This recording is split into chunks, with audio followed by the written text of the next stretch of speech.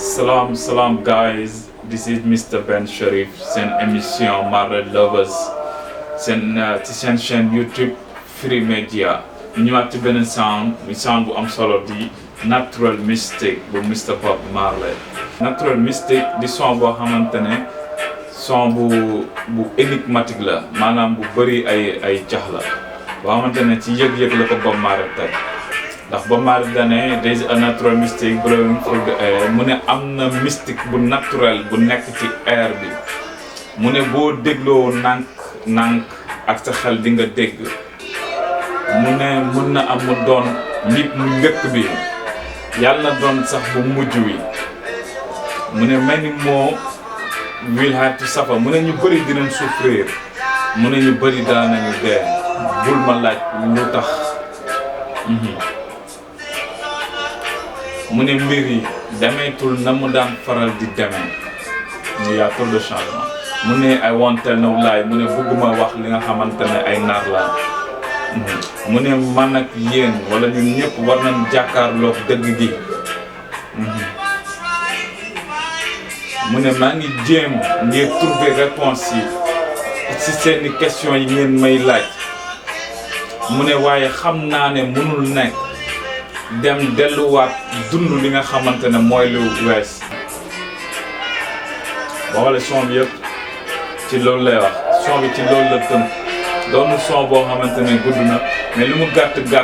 am na message bu fort boo xamante ne moom moo ci nekk parce que surtout moo ngi indi ne things are not the way they used to be mu ne mbir yi demeetul na mu daan demee loolu ñëpp mën nañ koo seede adduna tey dafa gën a yàqu adduna tey dañoo gën a dellu ginnaaw sur le plan humain parce que liy def nit boo xoolee nekkatul ci doomu aadama wala boo bëreetul ci ñi nga xamante ne moom la nekk parce que tey alal bi nga xamante ne doomu aadama moo ko tabax parce que ci biir son am na fu mu naan du si son bi fàtt naa ban son la mais moo ngi wax naan money is just made by machine mu ne xaalis machine kese moo ko defar te tey boo xoolee loolu nga xamante ne machine moo ko defar te machine bi doomu aadama moo ko defar tey loolu leen gën a jox cër que doomu aadama bi te gis ne message yu am solo la mbir yi demeetul na mu daan demee tey la doomu aadama gën a ñàkk valeur bu ñu demee ba nga xamante ne ñoo ngi dégg lu xew ay Dubaï doomu aadama li gën a suufee ci moom mu alal jaral ko muy sukkaat di ko jëfandikoo li gën a bon ci moom mu génne woon ko mu dellu di ko lekkaat nga xamante ne tey doomu aadama yàqu na dëgg-dëgg yàqu kon nga gis ne message yi à chaque fois day fort da am ci lum lay delloo mu dellu ne la ne bugguma wax li nga xamante ne lu nekkul di dëgg la tey nga xool tey ñi ngay woowee kilifa ñooy taxaw ci télé yi di la wax loo xamante ne ay purement change lay doon ñi nga xamante ne ñoo la war a defar teg la ci yoon tey ñoom ñooy wax ay wax yoo xamante ne yu safaanoo ak li ñuy dund la nga xam ne suñu dund bi yëpp ay mascarade la suñu dund bi yëpp kenn ku nekk yaa ngi jéem a lekk sa morom la moo tax ci biir ay soundam dinañ ci ñëw am na son bi nga xamante ne moo tudd Retrouvez ci loolu lay wax la race des rats mu ne boo duggee ci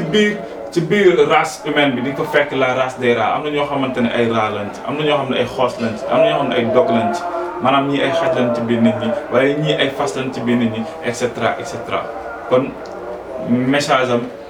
day yaatu à chaque fois texte bi du gudd répétition yi mooy waral son bi amaana mu jot 3 minutes wala 5 minutes et cetera mais à chaque fois lu ndaw la lay wax waaye njëriñ lay làkk kon ñoo ngi leen di jaajëfal ci beneen émission ci beneen sound ñu tekkiwaat ko waxtaan ci ak yéen a ngi seen émission MARLEY lovers ci seen chaîne YouTube Free Media ki ko doon animé di Mr. Ben Sharif jaajëf